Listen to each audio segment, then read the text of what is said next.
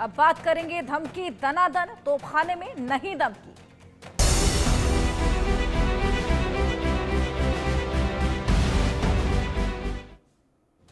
तो भारत पाकिस्तान में तनाव के बीच एक बड़ी खबर आपको बता दें।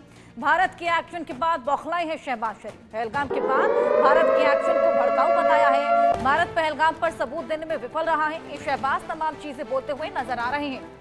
तमाम गीदड़ भक्कियां सामने आई हैं। ये वही शहबाज शरीफ हैं जो लगातार यहाँ पर मदद की गुहार लगा रहे हैं और शांति व्यवस्था कायम करने को लेकर जगह जगह जाकर गुहार लगा रहे हैं मदद। हालांकि हर जगह से इनको मनाही ही मिली है।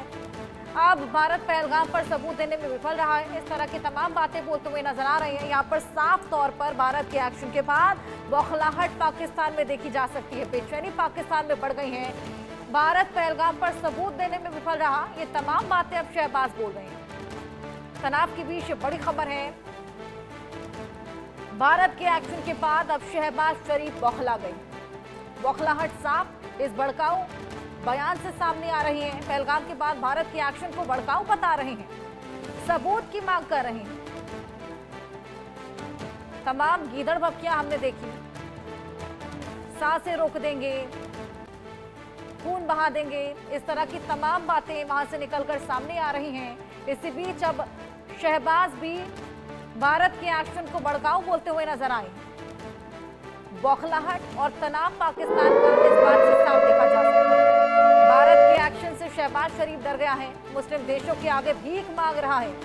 शहबाज शरीफ ने इस्लामाबाद में हाई लेवल की मीटिंग की है। तुर्की से भारत के साथ मध्यस्थता की अपील भी की है। तुर्की से मदद की गुहार, इससे पहले चीन से मदद की गुहार लगा चुका है, यूके से मदद की गुहार लगा चुका है। हालांकि हर जगह से फिलहाल मनाही ही मिली है, क्योंकि लगातार सब यही बोल रहे हैं कि आतंकवाद के खिलाफ वो भारत के साथ खड़े हैं। भारत को हर जगह से समर्थन मिल रहा है। विश्व भर में पाकिस्तान की किरकिरी हो रही है। पाकिस्तान हर जगह से कॉर्नर होता हुआ नजर आ रहा है। इस बीच शहबाज जगह जगह जाके मध्यस्थता की अपील कर रहे हैं। इसी कड़ी में तुर्की से भी यहाँ पर मध्यस्थता की अपील की गई है। शांति बहाली को लेकर, डायलॉग को लेकर लगातार मदद की गुहार लगा रहे हैं।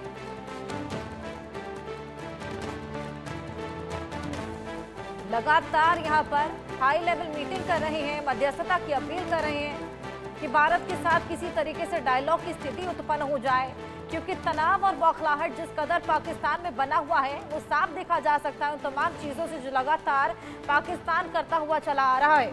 कभी टैंक्स ऑर्डर कर रहा है चाइना से, कभी टैंक्स की तैनाती कर रहा है, कभी आम लोगों को पकड़ के जबरदस्ती ट्रेनिंग दी जा रही है और पनडुब्बियों की मरम्मत कराई जा रही है, परिवारों को विदेश भेजा जा रहा है। ऐसी तमाम चीजें जो पाकिस्तान लगातार कर रहा है, ये साफ दिखाता है कि पाकिस्तान बेहद ज्यादा खौफजदा है और उसी बीच बौखलाहट में ये तमाम कार्रवाइयां करता हुआ नजर आ रहा है। लेकिन इसी बीच आप देखिए, ये हेकड़ी कम होने का नाम नहीं ले रही। जब वहां से तमाम गीदड़ भपकियां देखने को मिलती हैं, जब वहां पर लगातार न्यूक्लियर पावर की धौंस दिखाई जाती है, लेकिन एक्सपर्ट्स का भी यही मानना है कि भारत और पाकिस्तान में अगर जंग छिड़ती है तो महज 4 दिन ही पाकिस्तान उस जंग में टिक पाएगा। तुर्की से भारत के साथ मध्यस्थता की अपील की गई है। शहबाज शरीफ ये अपील करते नजर आए हैं। भारत के तमाम डिप्लोमेटिक एक्शंस के बाद से, वाटर स्ट्राइक के बाद, डिजिटल स्ट्राइक के बाद और साथ ही वीजा रद्द करने के बाद, एयर स्पेस को बंद करने के बाद, ये तमाम चीजें निकलकर सामने आ रही हैं और इसी बीच मदद की गुहार लगातार लगाई जा रही है। हमारे साथ मेजर मोहम्मद अली शाह जुड़ गए हैं, डिफेंस एक्सपर्ट हैं, उनसे बातचीत करेंगे, जानकारियां लेंगे। बहुत स्वागत है मोहम्मद अली शाह जी आपका। देखिए, एक तरफ प्रायश्चित देखने को मिलता है, एक तरफ बयानबाजी देखने को मिलती है, एक तरफ यूटर्न देखने को मिलता है, एक तरफ मध्यस्थता की मांग देखने को मिल रही है। पाकिस्तान का रुख समझ पाना बेहद मुश्किल हो गया है। डायलॉग की मांग यहाँ पर कर रहा है, लेकिन अब पाकिस्तान को ये समझ जाना चाहिए कि अब डायलॉग की स्थिति तो उत्पन्न होगी नहीं, अब मुंह तोड़ जवाब देने की बारी आ गई है। बिल्कुल हर्षा जी, एकदम मुंहतोड़ जवाब देने की बात आ गई है और अभी यहाँ पे कोई डायलॉग की संभावना नहीं है। अभी डिप्लोमेसी का टाइम खत्म हो गया है। It's too late now. बात जो होनी थी हो चुकी, सब कुछ हमने सब कुछ करके तय करके देख लिया। अब हम अपने तरीके से, अपने समय में, अपने टाइम में जवाब देंगे। जैसे हम दें, हम पाकिस्तान छटपटाएगा उसको रात की नींद नहीं आएगी, ये बात सही है। अब लोग कुछ भी बोलें, कैसे भी बोलें, लेकिन फैक्ट ये है कि पाकिस्तान अभी टेंडर हुक्स पे है। अभी सोच रहा है कि अभी अगली कार्रवाई हम क्या करने वाले हैं, और अपनी टैंकों में वो तेल डाल के रेडी है, जहाजों में तेल डाल के, जो कि बहुत कम है उसके पास। अब पानी भी कब कट जाएगा इनको मालूम नहीं है, अब कब क्या होने वाला है पता नहीं। अब रात को अगर वो सोएंगे, क्या पता हिंदुस्तान की सेना ने हमला कर दिया तो उनको अभी कुछ पता नहीं। यही अभी फिलहाल मेंटल टॉर्चर हो रहा है उनका, फिर बाद में इनका फिजिकल टॉर्चर भी होएगा। तो अभी कोई बात रह ही नहीं गई है अभी इनसे करने की, क्योंकि हमने डायलॉग ट्राई किया। आप एक तरफ बिल्कुल डायलॉग, मोहम्मद अली शाह जी, अगर यहाँ पर BT4 टैंक्स मंगाने की जगह वाटर टैंक्स मंगा लिए जाए तो ज्यादा फायदेमंद रहेगा पाकिस्तान के लिए। बिल्कुल आपने सही फरमाया अच्छा जी। अभी अगर वाटर टैंक्स भी मंगाएं, क्योंकि पानी की कमी वहां पे होने वाली है, और जाहिर सी बात है अगर पानी कमी होगी तो जाहिर सी बात है बिजली की भी कमी होगी। तो बिना बिजली पानी के वो कैसे रहेंगे वहां पे। और इसमें सजा मिलेगी आम पाकिस्तानी को। उनकी जो लीडरशिप है, उनके जो मंत्री हैं, उनके जो जनरल्स हैं, जो लीडर हैं, जो लीडरान हैं, जो डिसीजन मेकर्स हैं, वो तो भगोड़े हो रहे हैं।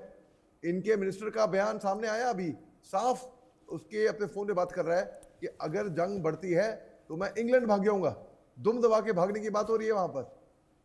और जनरल आसिम मुनीर की तो बात ही मत करिए, वो तो बिल्कुल दुबक के बंकर में छुप गए थे, कहां पे उन्होंने शय ली थी मालूम नहीं। फिर उनको ललकारा गया हिंदुस्तानी चैनल्स के थ्रू, तब निकल कर आए और टैंक के सामने खड़े हुए, टैंक के ऊपर खड़े हुए बल्कि, और टैंक के ऊपर कार्टून ने एक स्टार प्लेट लगा रखी थी 4 स्टार की। ये अनुमान तौर पे आर्मी के गाड़ियों पे, स्टाफ कार पे होती है 4 स्टार जनरल। केवल हिंदुस्तान या पाकिस्तान आर्मी में ही नहीं, वर्ल्ड ओवर 4 स्टार लगते हैं जनरल साहब को, फुल जनरल चीफ होते हैं। फिर 3 स्टार लेफ्टिनेंट जनरल पे, 2 स्टार मेजर जनरल पे, 1 स्टार ब्रिगेडियर पे। यहाँ पर टैंक के ऊपर 4 स्टार, ये अनोखा है, किसी ने ऐसा देखा नहीं होगा। तो इससे साफ साबित होता है कि ये उनकी गीदड़ भकभकी थी। ये स्टेज मैनेज था, जैसे एक रंगमंच पे एक प्रॉप्स सेट्स होते हैं, वैसे एक सेट लगा रखा था टैंक और रंगमंच के। और जो जनता थी, जो ऑडियंस थे, वो सेना थी। पता नहीं सेना थी या उनके उग्रवादी थे, कौन थे, या सिविलियंस को वर्दी पहना के बिठा दे खड़ा कर मेजर दिया। अली शाह जी, क्योंकि सबसे सेना तो ज्यादा उनकी रिजाइन कर परेशान रही है। यहाँ पर जनता ही है, जिस तरीके से आवाम को वहां पर इसका खामियाजा भुगतना पड़ता है। हालांकि लगातार प्रदर्शन वहां पर देखने को मिल रहे हैं, लेकिन इसी बीच महंगाई भी वहां पर बेहद ज्यादा बढ़ गई है। हमने देखा जो बेसिक चीजें होती हैं, जैसे आटा, दाल, चावल, तमाम सब्जियां, उसके भाव वहां पर चरम पर हैं। महंगाई वहां पर इतनी ज्यादा बढ़ गई है, ऐसे में वेपनरी को आप मजबूत कर रहे हैं, लेकिन आवाम यहाँ पर बेसिक नेसेसिटीज को तरसती हुई नजर आ रही है। अब बिल्कुल देखिए, दरअसल ये इनका इतिहास है। इनके जो सदर थे, इनके जो राष्ट्रपति थे, पहले जुल्फिकर अली भुट्टो, उन्होंने एक बार कहा था कि पाकिस्तानी घास खा लेंगे लेकिन एटम बम जरूर बनाएंगे। आज की तारीख में पाकिस्तान न्यूक्लियर शक्ति जरूर है। चलिए सब मैं आपके पास वापस लौटूंगी। एक बड़ी खबर दर्शकों को दे दें, भारत के एक्शन से पाकिस्तान बौखला गया है। पाकिस्तान के रक्षा मंत्री हैं जिनकी गीदड़ भपकी सामने आई है। सिंध पर बांध बना तो हमला कर देंगे। ख्वाजा आसिफ अगर सिंधु नदी पर बांध बनाया तो हमला कर देंगे, तमाम बातें बोलते हुए नजर आई हैं। ये वही ख्वाजा आसिफ हैं जो 30 साल से आतंकी पाल रहे हैं। ये तमाम बातें बोलते हुए नजर आए थे। अब आप देखिए गीदड़ भपकी यहाँ पर दे रहे हैं। हाल ही में इन्होंने एक टीवी इंटरव्यू किया था, जहां पर एक बार फिर से खोखली धमकी भारत को देते हैं। कहते हैं कि अगर भारत ने सिंधु नदी पर कोई बांध बनाया तो पाकिस्तान उस पर हमला कर देगा, उसे ध्वस्त कर देगा। उन्होंने कहा कि आक्रामकता सिर्फ गोलियों से नहीं होती, पानी रोकना भी एक बेहद बड़ा हमला है। तो ये तमाम बातें, तमाम गीदड़ भपकियां, तमाम खोखली धमकियां लगातार वहां से सामने आ रही हैं। पाकिस्तान का रुख समझ पाना बेहद मुश्किल है। इनका इंटेल इतना मजबूत है कि जो हमले होने भी नहीं होते उसके बारे में जानकारी पहले ही दे देता है। 24 से 38 घंटे में हमला किया जाएगा, ये तमाम दावे वो पहले ही कर चुके हैं। सूचना मंत्री इनके करते हुए नजर आए थे। इस बीच लगातार कार्रवाई करने के लिए यहाँ पर तोपों की तैनाती है, टैंक्स मंगाए जा रहे हैं, पनडुब्बियों की मरम्मत की जा रही है।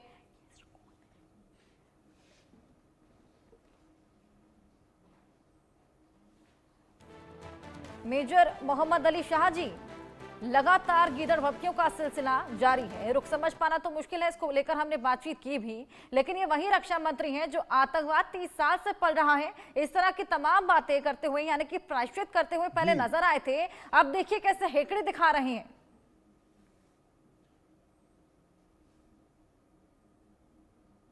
बिल्कुल जी, देखिए पाकिस्तान बेसिकली इनमें दम नहीं है, तो ये इनमें हथियार भी नहीं है इनके पास कोई ऐसा कोई खास कि हिंदुस्तान पे हमला कर सकें। तो ये उग्रवाद, आतंकवाद उस तरीके का उसका सहारा लेते हैं, और वही उग्रवाद, ये देखिए टैंक, अगर आप गौर से देखेंगे टैंक के ऊपर 4 स्टार है। ये कौन करता है, कौन से देश में? ये देखिए ये है, कौन से देश में ऐसा होता होगा?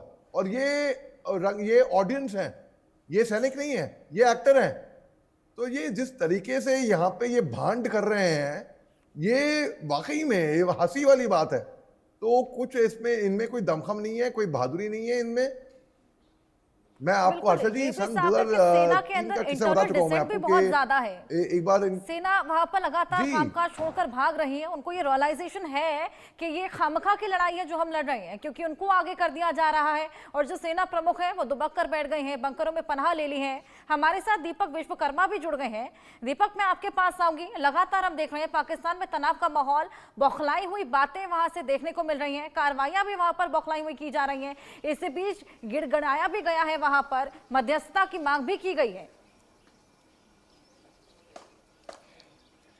देखिए, पाकिस्तान का काम ही यही है, गीदड़ भभकी देना, उसके बाद छू के भाग जाना। तो जिस तरह की स्थिति पाकिस्तान में पनप रही है, वहां आंतरिक कलह से वो नहीं निपट पा रहा है, क्योंकि वहां पेट्रोल डीजल मिल नहीं रहा है, 800 रुपए किलो आटा मिल रहा है। और इसके इतर यदि समझा जाए तो इसके इतर वहां आंतरिक चीजें इतनी ज्यादा बिगड़ चुकी है कि जो मेजर जनरल है वो परिवार को बाहर भेज देते हैं, सेना लड़ने जा नहीं रही है, और जो बची खुची है वो वापस आ जा रही है, और जो जा भी रहे हैं तो कहां है, वो खुद इनके समर्थन में नहीं है। तो जब इस तरह की स्थिति है, आंतरिक द्वंद्व है, क्योंकि अब देखिए चाहे इनके सेलिब्रिटी हो चाहे इनके नेता हो, सब के सब उल जुलुल बयान दे रहे हैं, और जिस तरीके का बयान दे रहे हैं उस बयानों का कोई औचित्य नहीं है कि हम अगर आप पानी रोक देंगे तो खून की नदियां बह जाएंगी, ऐसे तमाम चीजें।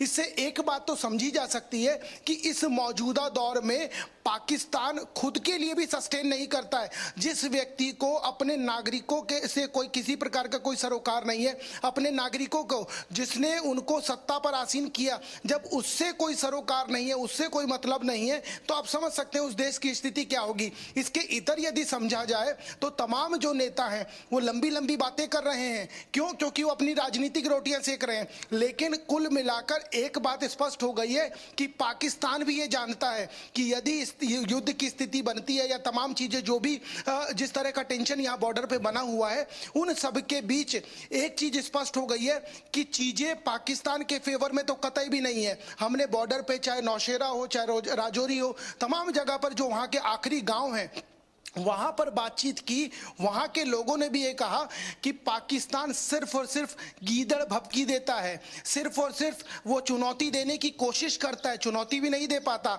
तो आप समझ सकते हैं जब कोशिश कर रहा है तो कितना कामयाब होगा, ये आपको भी पता है, हमें भी और हमारे दर्शकों को भी। इसके इतर यदि समझा जाए, हमने राजौरी में, नौशेरा में और इसके अलावा जो इंटीरियर के और गाँव हैं वहां भी तमाम लोगों से, तमाम ग्रामीणों से बात करने की कोशिश की, तो उन्होंने इस चीज को बताया कि जिस तरह की हरकतें पाकिस्तान कर रहा है वो सिर्फ इस चीज की कोशिश कर रहा है कि भारत के अंदर और कश्मीर में जिस तरीके का वातावरण है उसको खराब कर दिया जाए, लेकिन वो इसमें कामयाब नहीं होगा। तो इससे समझा जा सकता है कि जिस तरह की टेंशन पैदा करने का प्रयास या जिस तरह का माहौल खराब करने का प्रयास पाकिस्तान के द्वारा लगातार किया जा रहा है, उसमें तो वो कामयाब नहीं हो रहा। इसीलिए उसके नेता आए दिन अलग अलग तरीके के बयान दे रहे हैं, और बयानों के साथ साथ यदि समझा जाए तो वो इस तरीके की बात कर रहे हैं कि एक नेता का बयान दूसरे नेता से मैच नहीं करता। वहां के सेलिब्रिटी, चाहे वो शाहिद अफरीदी हो चाहे वो दूसरे सेलिब्रिटी हो,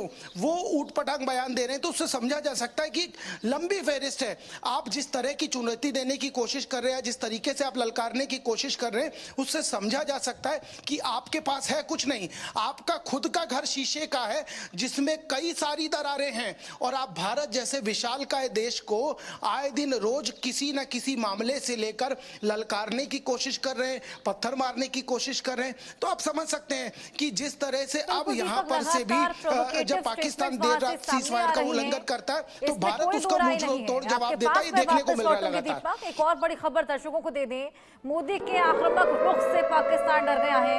रक्षा मंत्री ख्वाजा आसिफ का डर सामने आया है। भारत से खतरा अभी कम नहीं हुआ, ये बोलते हुए नजर आए हैं। भारत के हमले का मुंहतोड़ जवाब देंगे। दुनिया के तमाम देशों की नजर भारत और पाकिस्तान पर बनी हुई है। नजर तो बनी हुई है जिस तरीके से यूएनएससी में और यूएन में किरकिरी पाकिस्तान की हुई थी, कॉर्नर लगातार पाकिस्तान हुआ है, इसमें कोई दो राय नहीं है कि नजर तो सभी की बनी हुई है।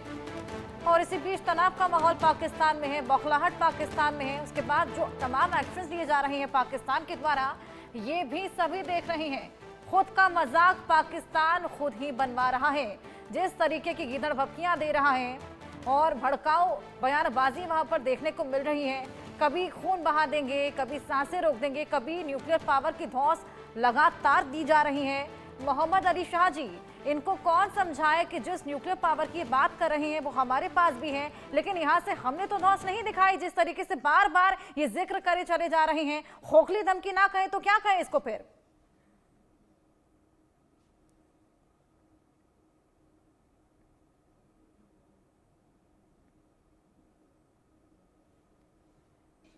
मोहम्मद अली शाह जी, आप मुझे सुन पा रहे हैं?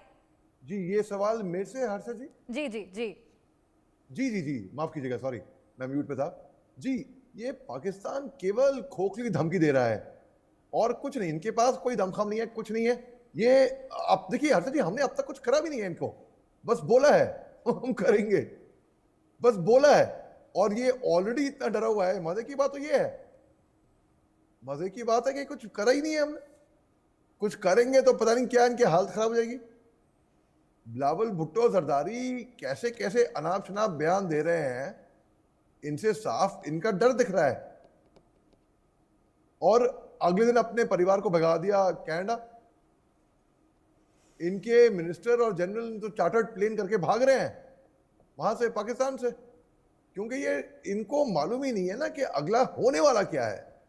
अगर मालूम हो तो ठीक है, मगर मालूम ही नहीं है और ये तरह तरह से मालूम करने की कोशिश कर रहे हैं, लेकिन कामयाब हो नहीं रहे हैं ये बिल्कुल भी। तो ये पाकिस्तान का डर दुनिया के आगे साफ दिख रहा है कि वो हिले हुए हैं बिल्कुल, और हालत खराब है उनकी, इतना मैं कह सकता हूँ। जी अर्षद जी। बिल्कुल, और उसी की झलक हम लगातार एलओसी पर भी देख रहे हैं। जिस तरीके से लगातार सीज फायर का उल्लंघन किया जा रहा है, लगातार पाकिस्तान ही इस चीज को इनिशिएट कर रहा है और एलओसी पर, इंटरनेशनल बॉर्डर पर लगातार सीज फायर को वायलेट कर रहा है। दीपक, क्या मूवमेंट वहां पर चल रही है? जिस तरीके से सीज फायर का वायलेशन लगातार देखने को मिल रहा है, क्या स्ट्रैटेजी अपनाई जा रही है? किस तरीके से मुंहतोड़ जवाब वहां पर दिया जा रहा है? देखिए, अभी तमाम जो बॉर्डर एलओसी के इलाके हैं, चाहे वो राजौरी हो, चाहे नौशेरा हो, चाहे पुंछ, वहाँ से मैं वहाँ से रिपोर्ट करके और वहाँ से होता हुआ अभी मैं जो जनगढ़ एक गांव है, मैं वहाँ आके पहुँचा। और सबसे महत्वपूर्ण बात यह है कि जिस तरीके से वहाँ से फायरिंग हो रही है बॉर्डर की सीमा के उस पार से, उसी तरीके से मुंह तोड़ जवाब दिया जा रहा है। सबसे महत्वपूर्ण बात यह है, और ऐसे जवाब नहीं दिया जा रहा, उनको उनकी भाषा में जवाब दिया जा रहा है। यदि वो छोटी पिस्टल से गोली दाग रहे हैं तो यहाँ से बड़ी पिस्टल से गोली दागी जा रही है। किसी प्रकार की कोई कसर, कोई कमी नहीं छोड़ी जा रही। और सबसे महत्वपूर्ण बात यह है कि पाकिस्तान के लिए तो यही कहावत हो रही है, शेख चिल्ली की जो कहानी दादियां और नानियां सुनाया करती थी, मौजूदा स्थिति में तो पाकिस्तान के ऊपर वही एप्लीकेबल होती नजर आ रही है। क्योंकि जिस तरीके से उनके नेता, क्योंकि किसी के साथ युद्ध कर लेना या हमला कर देना कोई आसान बात नहीं है और ये कोई मजाक नहीं है, लेकिन जिस तरीके से उनके नेता उल जुलूल बयान दे रहे हैं, ऊट पटांग बातें कर रहे हैं, पूरा जो नेशनल फोरम है उस पे, अपना अंतरराष्ट्रीय फोरम पे खुद अपना मजाक बना रहे हैं, तो उससे समझा जा सकता है कि चीजें उतनी आसान नहीं है। लेकिन कई बार स्थिति ये होती है कि जब आपके घर में ही दरार पड़ी हो तो आप इस तरह की बातें करते हैं ताकि आप किसी को भी दिग्भ्रमित कर सकें, और पाकिस्तान भी यही कर रहा है। उसके जितने नेता हैं, उसके जितने सेलिब्रिटी हैं, वो सब अलग अलग फोरम पे जाके अलग अलग बयान देते हैं। अलग अलग बयान देने के बाद स्थिति ये है कि वो उस रायते को फैला रहे हैं जिसमें वो भविष्य में आने वाले समय में खुद ही डूबेंगे। क्योंकि जो मौजूदा स्थिति है, जब रात का समय होता है, जैसे सूरज ढलता है तो 12 से 3 बजे के आसपास, 4 बजे तक का जो समय होता है, उसमें पाकिस्तान लगातार सीज फायर का उल्लंघन कर रहा है। चाहे वो नौशेरा की बात की जाए, चाहे वो कुपवाड़ा की बात की जाए, चाहे वो पुंछ की बात की जाए, चाहे वो राजौरी की बात की जाए, यहाँ पर लगातार सीज फायर का उल्लंघन किया जा रहा है। और उसी का जवाब देते हुए जो हमारी सेना तैनात है, चाक चौबंद है, वो सेना उसका लगातार जवाब दे रही है। इससे समझा जा सकता है कि अब भारत भी दो दो हाथ के मोड़ में और पीछे हटने वाला नहीं। और सबसे महत्वपूर्ण बात यह है कि जब जो बॉर्डर पे लोग हैं, जब उनसे बात करोगे तो खुद कहते हैं कि अब जो करना है आर पार हो जाए, एक बार इनका हिसाब किताब खत्म कर दें, क्योंकि हम भी कब तक झेलेंगे। इनको तो सुधरना है नहीं, और यदि इनको नहीं सुधरना तो इस बार भारत की सेना, हम उनके साथ हैं, वो इनको एक बार पूरी तरीके से सुधार दे ताकि ये परमानेंट सुधर जाए। उसके बाद ये सोचे नहीं। इस बार मुंह तोड़ जवाब दिया जाएगा। दोनों के पास वापस लौटूंगे। एक और बड़ी खबर, भारत के एक्शन से पाकिस्तान में बौखलाहट है। पाकिस्तानी राजदूत की गीदड़ धमकी सामने आई है। भारत को यहां पर परमाणु हमले की धमकी दी है। युद्ध में पाकिस्तान इस्तेमाल करेगा पूरी ताकत, परमाणु हथियारों का इस्तेमाल कर सकता है पाकिस्तान। रूस में पाकिस्तान के राजदूत मोहम्मद खालिद जमाली का ये बयान है। पहलगाम आतंकी हमले के बाद भारत और पाकिस्तान के बीच तनाव चरम पर पहुंच गया है। पाकिस्तान के राजदूत मोहम्मद खालिद जमाली ने भारत को परमाणु हमले की खुली धमकी दे दी। जमाली ने जोर देते हुए कहा कि अगला हमला हुआ तो पूरी ताकत से जवाब देंगे। रूसी चैनल के साथ वो खास बातचीत कर रहे थे, जहां पर ये धमकी देते हुए नजर आए हैं।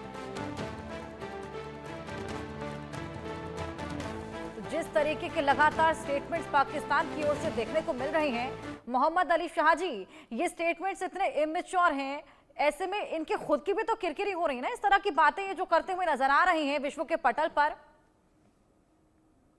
हर्षल जी देखिए, जिसको अपनी खुद की इज्जत की परवाह नहीं होती है ना, दुनिया भी उनकी इज्जत नहीं करती है।